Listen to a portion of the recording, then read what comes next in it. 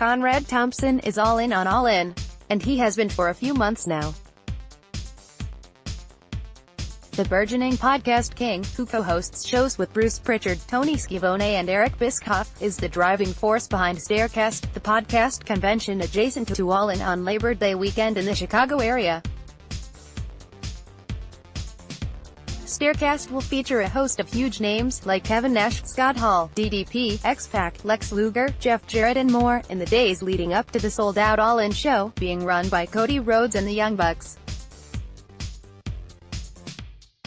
Starrcast runs from August 30th to September 2nd at the Hyatt Regency in Schaumburg. Tickets are on sale now. Cage side seats got a chance to chat with Thompson ahead of tickets going on sale Tuesday evening. He spoke about the wild success of All In, the origin of Starrcast, a surprise at the Prichard roast and his sleeper event of the weekend. Check out the conversation below. Cage side seats, you're running a whole show with Starrcast, the podcast convention, etc. How did that come together exactly? I know you're kind of the king of wrestling podcasts now, but how did it come about to start this with All In and Starrcast? Conrad Thompson: well, it was an idea when the NWA Legends Fan Fest was cancelled in 2017. I thought, man, we need a wrestling podcast convention. Jim Cornette has a podcast, and he was there last year. And Jim Ross has one, and he was there last year. And Tony Schiavone, he was there last year. If we just get those guys together, maybe bring in a Kevin Sullivan and a Bruce Prichard, we can have a lot of fun with this. Unfortunately, the hotel was booked, so the idea never really came to fruition. Then, time passes and I saw the traction that All In had. Sometime in November or December, I reached out to Cody and said, hey, what if? He was intrigued by the idea of a wrestling podcast convention. So, we talked back and forth and then he said, what would that even look like? So I emailed him the itinerary. He dug it. A couple days later, he told me that the guys loved it. Earlier this year, I guess in March, we put the hotel rooms up and we thought, well, we'll announce this as the official hotel when the city was announced and the venue was announced. So we already had the hotel and we announced it hoping maybe we could sell like half of them by July. And we sold the hotel up in 2 hours.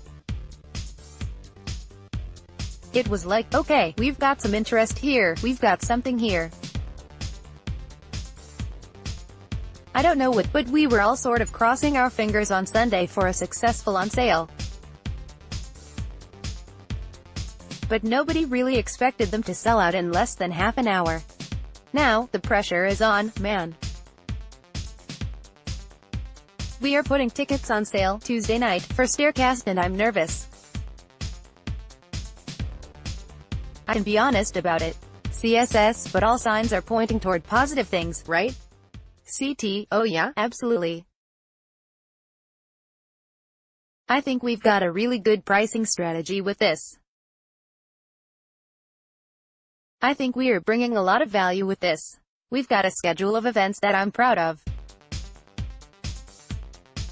And I've spent a ton of time making sure that this schedule of events is something that, as a fan, I would be into. And I think it's really strong. Then, the matter was how do we price it to make sure it's affordable for everyone that wants to participate, and I think we are there. CSS, you probably have a little bit of a relationship with Cody, maybe secondhand. But you do the podcasts with Bruce and Tony and now Eric Bischoff. You talk a lot about WWE stuff, WWF stuff, WCW stuff, etc. What got you interested in All In, which is almost kind of a celebration of indie wrestling? CT, well, to me, I know that indie wrestling is really what people are calling it. I don't know that this is so much indie. When you can sell 10,000 tickets this fast, that doesn't feel very indie to me. It feels pretty big time when you do something that Jim Cornette and Paul Heyman never did. And for that matter, Dixie Carter and Jeff Jarrett never did. So this is really impressive what they've been able to do here. But I think it was just a matter of seeing an opportunity and seeing that these guys are gonna do something special and unique, and this whole wrestling podcast convention is special and unique. WrestleCon exists because of WrestleMania. Maybe Starrcast can exist because of All In. It really created a little bit of synergy, where people from all over the world and all over the country, certainly, are going to be coming to Chicago for the show. But what if we can make that a destination? We can have it be something that isn't just a 3-hour show, but it's actually a weekend-long event. Then it becomes somewhere where if you're a wrestling fan, you've got to be in Chicago. And just because you didn't get a ticket doesn't mean that you still can't come have fun. CSS, that's actually what I wanted to ask you next.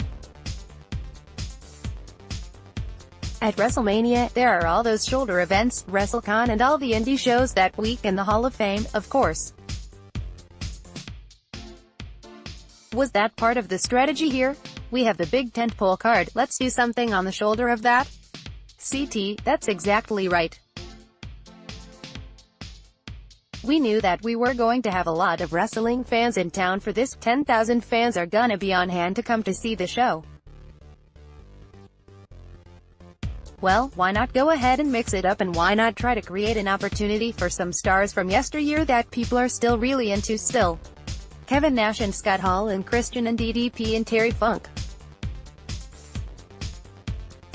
And then celebrate some of the podcasts too, whether it's Bruce Prichard or Eric Bischoff or Conan. I just feel like this creates a lot of synergy. And then we got some mainstream folks. Mr. Ron Funch is the stand-up comedian. Of course, Macaulay Culkin. I mean, this is a who's who. And tickets are on sale right now at Starrcast.com. CSS, will there be anything else going on at Starrcast that people should know about? CT, I think there's gonna be something for everybody. We're gonna have the traditional vendor room, so there will be lots of guests out there. If you grew up as an 80s wrestling fan, you've got that. If you're really into the here and now, man, the Young Bucks are there, too. So you've got something for everybody, whether it's women's wrestling, old school WWF, old school NWA. Maybe you like a little hardcore, you can do that too. A video game tournament. Karaoke with Marty Scurll. Silly watch-alongs for Botchamania with Tony Schiavone. A Papa Buck jam session with Frankie Kazarian. There will be a roast of Bruce Prichard with guests we can't advertise. You know what that means. There's just so many fun, unique experiences. But maybe the sleeper event to me is the panel that's gonna be on the death of WCW, because author Rod Reynolds doesn't do a lot of this stuff. He's not doing just one event for us, he's doing two. He's doing one on WrestleCrap, celebrating the silly, fun moments in wrestling's history. But we are also doing the death of WCW, where Rod is gonna make Eric Bischoff, Kevin Sullivan, J.J. Dillon and maybe even Kevin Nash defend some of the silly decisions that WCW made. It should be tremendous. CSS, one of the things I saw on the schedule was a weigh-in. What is that all about? CT, we're gonna do it sort of like the UFC. We're gonna do a UFC-style weigh-in and figure out what we can do to maybe have a little pro wrestling slide to it as well. It'll be like a hybrid press conference with many media sources. We'll have lots of media presence there to ask questions. But then we are gonna do the traditional, UFC-style weigh-ins. So we're gonna sort of combine the press conference you would see after the UFC and the weigh-in you would see the day before the UFC, and it'll all happen the night before All In. And after that, as soon as those guys get off the stage, we're gonna have the roast of Bruce Prichard. And I'm gonna have a surprise for him that's gonna have the internet talking. CSS, last thing, Conrad. How has it been being on the WWE Network with Bruce? Something Else to Wrestle podcast. How has that whole thing gone so far for you guys? CT, man, it's great.